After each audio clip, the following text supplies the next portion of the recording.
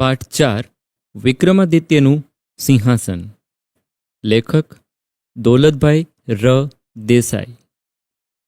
ઉજ્જૈન નગરીના રાજા વિક્રમાદિત્યના નામથી આપણા દેશમાં કોઈક જ અજાણ હશે. એ રાજા જેટલા પ્રતાપી હતા તેટલા ન્યાયી પણ હતા. એને લીધે ઉજ્જૈનની ગણતરી પ્રાચીન કાળની 7 મોટી નગરીઓમાં થતી હતી. પણ અંતે એ રાજા ચાલ્યા ગયા અને વખત જતાં ઉજ્જૈનની પણ દશા બેઠી. મોટા મોટા રાજમહેલો અને કિલ્લાઓની જગ્યાએ મેદાન થઈ ગયું અને આસપાસના ગામના લોકો ત્યાં પોતાના ઢોર ચરાવવા લાગ્યા. આ મેદાનમાં એક નાનો ટેકરો હતો. કોઈ વેળા ગોવાળિયાના છોકરા ત્યાં આગળ રમતા હતા. રમતા રમતા 2 જણ લડી પડ્યા અને બંને જણ રાવ ખાતા ત્રીજા પાસે ગયા. આ ત્રીજો છોકરો પેલા ટેકરા પર બેઠો હતો. તેણે બંનેની રાવ સાંભળી અને ઠરેલપણે ચુકાદો આપ્યો. બધા ગોવાળિયાને આ ચુકાદો સાંભળતા એટલી મજા પડી કે બીજી રમત ભેગી દાવો માંડવાની રમત પણ તેઓ રમવા લાગ્યા. રોજ જુદા જુદા છોકરા લડે. કોઈ વાર લડાઈ ખરી તો કોઈ વાર ખોટી, પણ દર વખતે જે ચુકાદો આવે તેમાં કંઈક ગંમત તો હોય જ. રાવ સાંભળનાર ગમે તે છોકરો હોય, પણ તે ટેકરા પર બેસે એટલે તો કોઈ મોટા માણસના જેવી જ ડાહી અને ઠરેલ વાત કરે. આથી બધાને બહુ રમૂજ પડતી. એકવાર તો મોટી ઉંમરના કોઈ 2 માણસ ત્યાં આગળથી ઝઘડો કરતા જતા હતા.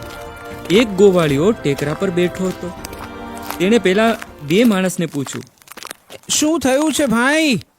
બંને જણાએ ગોવાળિયાને ફરિયાદ કરી અને ગોવાળિયાએ તે ધીરજથી સાંભળી. છેવટે ગોવાળના છોકરાએ ચુકાદો આપ્યો. તે સાંભળી પેલા 2 તો ધીંગ જ થઈ ગયા. આસપાસના ગામમાં આ વાત ફેલાઈ. કોઈએ શહેરમાં વાત પહોંચાડી. એક જણે રાજા ભોજને પણ કહ્યું. રાજા કહે, અરે આ તો ચમત્કાર. તેણે પંડિતોને બોલાવી પૂછ્યું કે આમ કેમ બને? પંડિતોએ કહ્યું, મહારાજ, એ મેદાનમાં પ્રાચીન ઉજ્જૈનના ખંડર છે.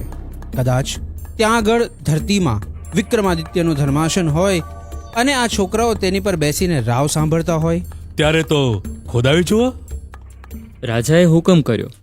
મેદાનમાં ખોદકામ શરૂ થયું અને ટેકરાનો ખાડો થવા લાગ્યો. તેમાંથી સુંદર નકશીદાર પથરાઓ નીકળવા લાગ્યા. છેવટે એક મોટી શિલા પર કોદાળી લાગી. તેની આજુબાજુ ખોદતા જણાયું કે એ જ પેલું સિંહાસન. એના પાયામાં સિંહ મૂક્યા હતા અને સિંહની ફરતી પાંખાળી પરીઓ હતી. ઘણી સાવચેતીથી મજૂરોએ તેને બહાર કાઢ્યો અને બીજે દિવસે રાજમહેલમાં લઈ ગયા. સિંહાસન દરબારના ખંડમાં ગોઠવવામાં આવ્યું. રાજાએ ઠરાવ કર્યો કે હવેથી બધી ફરિયાદ એ આસન પર બેસીને સાંભળવી. એક સારે દિવસે દરબાર ભર્યો અને બ્રાહ્મણો પાસે પવિત્ર મંત્રો બોલાવ્યા.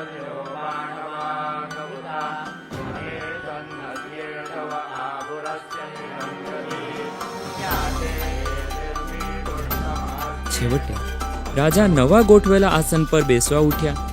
પણ રાજા જ્યાં પગ દેવા જાય ત્યાં તો સિંહાસનમાંથી વાણી ઉઠી, સબૂર, અહીં બેસતા પહેલા જવાબ દો.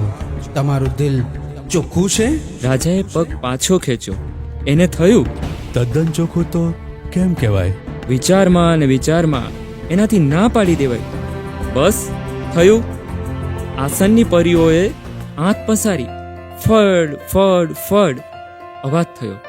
સિંહાસન ઉચકાયું ને સીધું મુખ્ય દરવાજેથી બહાર નીકળી આકાશમાં ગુમ થઈ ગયું. રાજાને થયું કે ગોવાળિયાના દિલ વધારે ચોખ્ખા હશે.